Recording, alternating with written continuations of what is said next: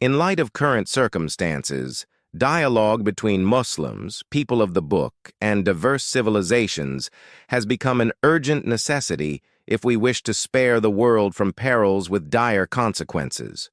Among the pillars of successful dialogue with others is approaching them with the respect and recognition Islam inherently holds for other religions. Islam explicitly calls for belief in all divine messengers and revelations, a principle that has been integral to its methodology since the dawn of the prophetic mission. Islam is founded on a full and unequivocal recognition of adherents of other Abrahamic faiths, elevating their prophets to the highest levels of veneration and reverence. The Quran mandates the acknowledgement and acceptance of the other, teaching that pluralism is a divine law.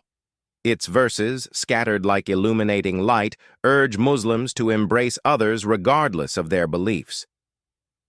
The magnanimity of Islam is the cornerstone of dialogue with others and the optimal approach in advocating for faith and enlightenment, a fundamental pillar of Islamic outreach.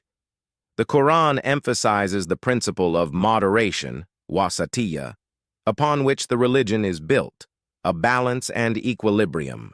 We now face a regression to eras of confrontation, necessitating rigorous self-criticism, reorganizing our affairs, and genuinely steering toward moderation by returning to the authentic, tolerant essence of Islam. At this pivotal juncture in our history, we must employ all tools to present Islam in its true form, engage in honest self-reflection, identify shortcomings, and correct our course. The greatness of any human civilization lies in its capacity for self-critique, introspection, and identifying points of decay and weakness. Historically, we carried the torch of enlightenment. Today, we must reclaim our position by introducing the world to Islam and its sublime values, dispelling misunderstandings harbored by others. Dr. Abdul Mahdi Bayoumi, former dean of the Faculty of Usul al-Din, states, "The table of religious discourse must not lack clarity on Islam's stance toward other cultures. This requires establishing criteria to articulate Islamic concepts and civilization in a language comprehensible to the West, while accepting and respecting its civilization and beliefs. Renewing religious discourse is both a demand and a promise foretold by the Prophet Muhammad, peace be upon him, who said, 'Allah will send to this ummah at the head of every century those who will revitalize its religion.'" Numerous works address the renewal of religious discourse, advocating for juristic reasoning, ijtihad, that considers contemporary developments, temporal changes, and shifts in methodology, reforming the form of religious discourse to attract others through mutual acceptance, elucidating Islamic principles, and highlighting their grandeur and universality.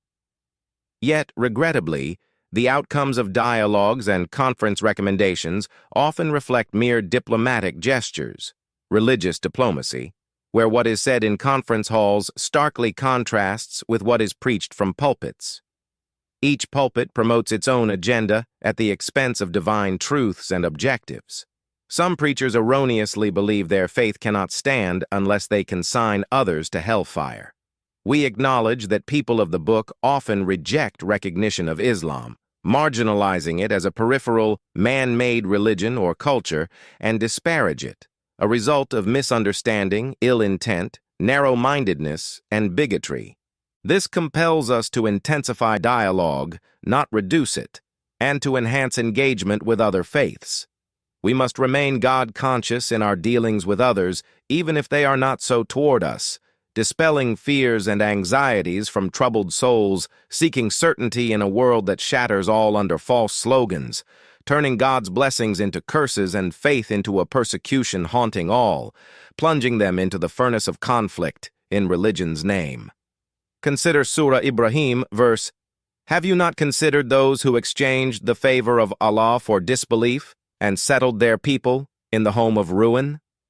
There exists a strategy to foment strife and destabilize Muslim-majority nations, a Marshall Plan of intellectual reconstruction aimed at rehabilitating Muslims through cultural and media campaigns seeking to secularize them, saving them from perceived confusion and weakness.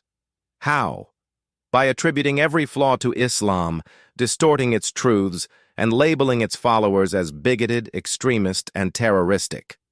The purported clash between Islam and the West is shrouded in slander, dense fog, and clamor propagated by media, Zionist-driven agendas, rooted in malice and misunderstanding.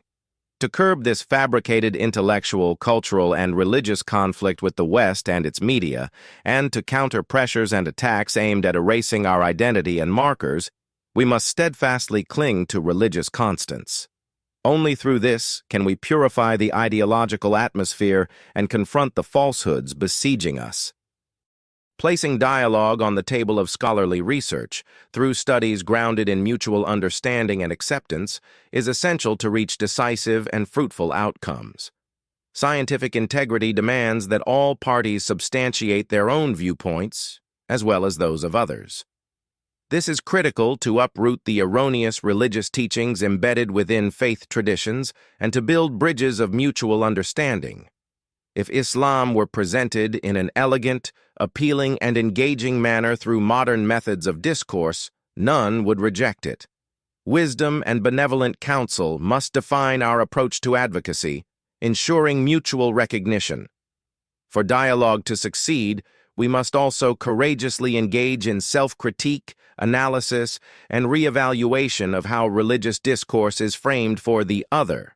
This is vital to optimize intellectual communication and convergence. We must cease glorifying our virtues while condemning and excommunicating others. Our faith teaches that all humanity shares a common origin, and differences among people should lead to cooperation and mutual acquaintance, not conflict and strife, to achieve a better human society under a sound Islamic framework. This is especially urgent amid the tempests battering the Islamic world, and to demonstrate to the other that Islam is a tolerant, broad-minded faith that embraces diversity and dissent. The root cause of others' hostility and baseless accusations against us is the absence of enlightened preachers. Here, we call upon Islamic thinkers and advocates whose time has come to fulfill their role to rationalize religious discourse, align their ideas with the truths emphasized by Islamic law, and address negative phenomena such as extremism, bigotry, and religious vacuums to purify Islamic society. Al-Azhar, with its global network of religious and advocacy institutions in the Islamic world, bears the responsibility of overseeing outreach, correcting misconceptions, and scrutinizing Orientalist research to rectify its errors. In his book, The Nature of Despotism, Abdul Rahman al-Kawakibi, a pioneering reformer and modernizer who presented his faith in a beloved, conscience-driven manner, championing truth with truth, and described by Mr. Abbas Mahmoud al-Akkad as an encyclopedia of all knowledge, writes, "How desperately Easterners, Buddhists, Jews, Christians, Muslims, and others need sages who disregard the clamor of hypocritical, ignorant scholars and tyrannical, unlearned leaders. Let them re-examine religion through the lens of pure reason, restore neglected deficiencies, and purge it of false additions." Al-Kawakibi further critiques self-proclaimed interpreters who distort religion to suit their whims, leading society astray and perpetuating intellectual despotism. We need leaders who enjoin good, forbid evil, and bear full responsibility before Allah. His writings awaken human consciousness to freedom and dignity, asserting, "The direct cause of the nation's decline is the intellectual despotism of those who present religion in a muddled, incoherent manner." Mansour al-Hilo.